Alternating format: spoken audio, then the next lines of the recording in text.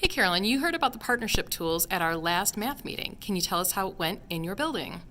So I took it with me, and after a lot of anxiety, I decided to kind of propose it to somebody that I'm working with. And I'm an interventionist, which fully push in. And the proposal was, can we talk about some things now that we've worked together for a little while about how, we can better kind of work together. And we set up a time to do it. And I kind of said, here are some of the ideas that I'd love to talk about. And I put a copy in her mailbox, and I had my copy. And it kind of opened up this dialogue that was really interesting because it was something that gave us kind of an idea of what to talk about. And I already had things that I wanted to talk about, and so she kind of had ideas that came out of this list that she could talk about, and it allowed us to kind of meet in the middle on something that was like, even though it was my idea, it wasn't really me saying, here are the things I have concerns about. Instead, it was like, I'd love to talk about this. Did you use the roles and responsibilities chart, or did you use the preferences tool?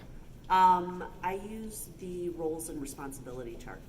And that helped the most discussions? That did help the most. So much so that when I was talking to one of the coaches at our school, she had said that somebody else had asked for it for a different situation, had asked for like some support, and I said, I've got something for you, and I forwarded it over to her, and I don't know how it went from there, but yep.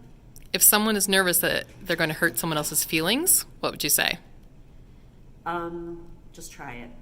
Just try it, because you're not saying what the issues are. It's basically just giving you guys a chance to say, okay, what do you feel about this situation? And then it opens up that dialogue.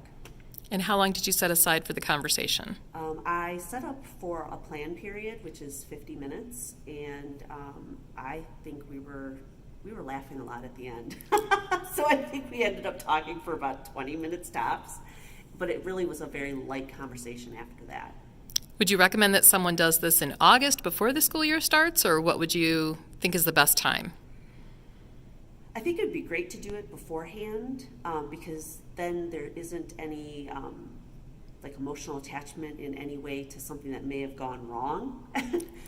But I wish I had it before, so I could say, hey, we're going to work together. Why don't we, both look at this kind of roles and responsibilities and see kind of where we land together on it and have this discussion, and that way it can kind of set the precedent for the year. So I would suggest before the school year.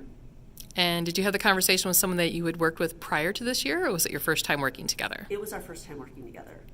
So that's why I didn't realize, like, I had some assumptions and she had some assumptions because we had worked with other people before, and we brought those assumptions from our experience with other people. I almost wish I would have had this when I first started my intervention program, my position about 5 years ago. So Beautiful. Thanks for sharing your story. Yep.